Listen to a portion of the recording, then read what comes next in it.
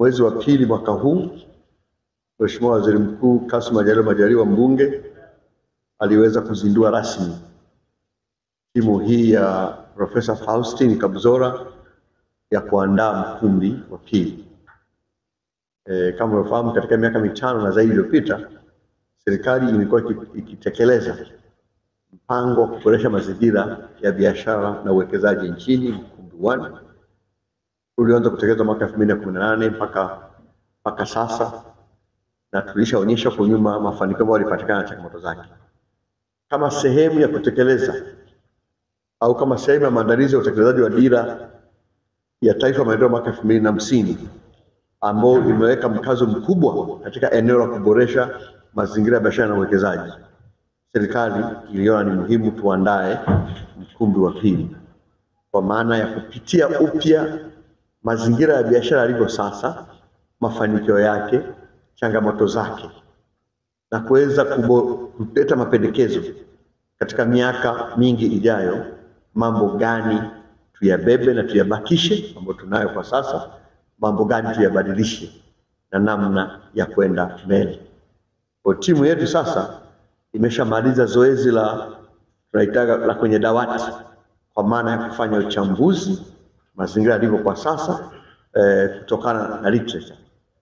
Hatua inayofuata sasa baada ya hili ni kwenda kuonana na wadau wa biashara na uwekezaji, kwenda kuzungumza nao, kupata maoni yao, kupata mapendekezo yao, ni mambo yapi ambayo tunapaswa kuyazingatia ili biashara Tanzania ziendelee kukua, ili uwekezaji wa ndani na kutoka nje uendelee kukua. Mambo gani tuyazingatie? Sasa hilo ni eneo ambalo linafuata kwa sasa, na wanaondoka hawa kwenda katika mikoa 16 ambayo imegawanyika katika kanda mbalimbali, huko Arusha, Dodoma, Mwanza, Kigoma, Mtwara, Dar es Salaam na maeneo mengine mengi, lakini jumla mikoa 16, na kupitia vituo hivi mikoa yote itashiriki katika kutoa maoni yao katika kuhakikisha kwamba tunapata maoni ya wafanyabiashara wenyewe, kupata maoni ya wawekezaji wenyewe, wawekezaji wa ndani na wawekezaji wa nje, wawekezaji wanaofanya uwekezaji mdogo na uwekezaji mkubwa, wafanyabiashara wanaofanya biashara ndogo na wanaofanya biashara kubwa, lakini pia hata wananchi wa kawaida pamoja na wafanyakazi wanaofanya kazi katika sekta binafsi na katika sekta ya umma. Lengo lazima ni kuhakikisha kwamba tunapata maoni mapana kama tulivyofanya katika dira, ili mkakati utakaoandaliwa uweze kujibu matarajio na matamanio ya wafanyabiashara na wawekezaji waliopo hapa nje, lakini hapa ndani, lakini pia tuweze kutumia nafasi hiyo kuvuta zaidi wawekezaji kutoka nje katika kuelekea miaka 25 ya utekelezaji wa dira yetu mpya. Timu hii inaenda sambamba, kama unavyofahamu, Mheshimiwa Rais aliunda commission, tume yake ya kuangalia mfumo wa kodi, ambao hatimaye na yenyewe mfumo wa kodi ni sehemu muhimu sana katika kuboresha mazingira ya biashara. Kwa hiyo timu zote hizi zitakapokamilika, tunaamini tutampatia Mheshimiwa Rais mapendekezo ambayo yatamsaidia yeye na serikali yake katika kuendelea kuvutia uwekezaji, lakini pia kufanya mazingira ya biashara yaboreke na biashara kukua.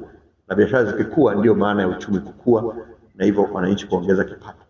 Ilifanyika tathmini ya mafanikio na changamoto ambazo bado zipo. Kwa hiyo imebidi tuzingatie yale mafanikio ili tutake kwenda mbele zaidi, na lakini zile changamoto tuanze kuangalia mkakati wa kuzishughulikia. Lakini bahati nzuri ni kwamba dunia inaenda kasi katika swala zima la uchumi. Kuna biashara mpya ambazo zimeibuka wakati huu, na zenyewe sasa hivi tunazizingatia, kuziwekea, na kuwauliza wadau jinsi ya serikali itakavyosaidia kuboreshea mazingira. Kwa mfano, sasa hivi ziko biashara hizi ndogo zinaitwa startups, au kuna watu wanaitwa angel investors.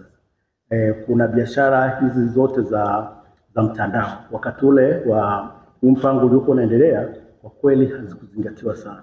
Lakini ukweli mwingine ni kwamba sasa hivi hii biashara ndogo ndogo hizi akina mama ntilie na zote hizi ndogo, ukijumuisha watu wangapi wanashughulika nazo, ni watu wengi sana.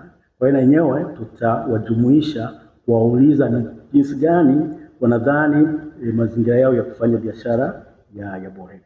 Tarehe 15 tutaanza Kwanza tutaanza na hatua mbili. Moja, tutaanza na ile inaitwa pilot, kwamba tumetengeneza maswali kadhaa na jinsi ya kukusanya maoni. Tutakwenda kuona kama hayo maswali yanakidhi viwango.